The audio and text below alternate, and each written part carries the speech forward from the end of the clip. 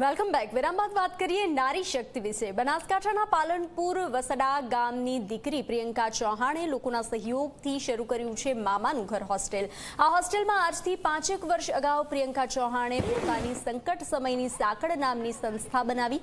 તેમાં મામાનું ઘર નામનો પ્રોજેક્ટ ઊભો કર્યો અને પાલનપુર સહિત બનાસકાંઠા તેમજ રાજ્યના અનેક દાતાઓને મળી પ્રિયંકા ચૌહાણને સ્લમ અને મધ્યમ વર્ગની દીકરીઓ કે જે પોતાના સ્પર્ધાત્મક પરીક્ષાઓ પાસ કરવાના સપના સાકાર કરવા માંગે છે તેવી દીકરીઓ માટે નિઃશુલ્કમાં રહેવા જમવા તેમજ કોચિંગ ક્લાસની સુવિધા ધરાવતું મામાનું ઘર હોસ્ટેલ શરૂ કરી દીધું. પ્રિયંકાની હોસ્ટેલમાંથી તૈયારી કરી ચૂકેલી 32 દીકરીઓ આજે પોતાના સપના સાકાર કરી ચૂકી છે.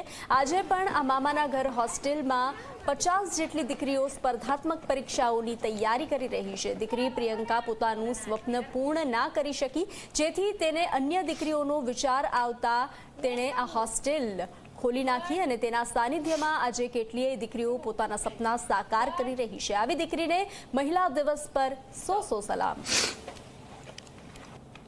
ઘર એક અલગ સપનું હતું કે જે દીકરીઓને ભણાવવામાં આવે.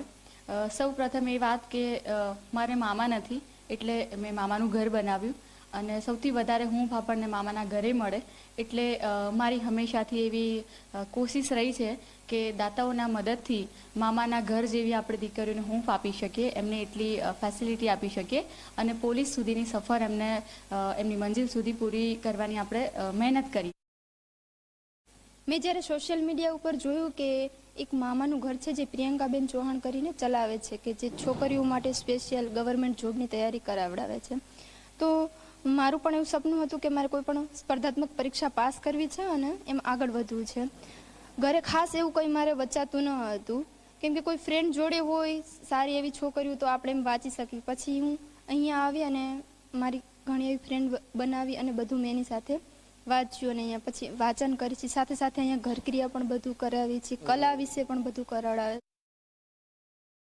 જેને એક ફેશન ડિઝાઇનર બનવું હતું પણ સંજોગો વસાત એને એક્ઝામ પાસ કરી આર્થિક પરિસ્થિતિના હિસાબે એનું ભણતર એમાં એડમિશન ન લઈ શકી અને એનો ઓપ્શન તરીકે એને ફાઇન આર્ટ કોલેજ પૂરી કરી અને પછી સમાજ એને એક મનમાં એવું લાગી ગયું કે મારું સપનું અધૂરું રહી ગયું છે, તો મારા જેવી ઘણી દીકરીઓ જે એમના સપના કે જે એમની આર્થિક પરિસ્થિતિ બિલકુલ નબળી છે એવી દીકરીઓને આગળ લાવવા માટેનું એક બીડું ઝડપ્યું.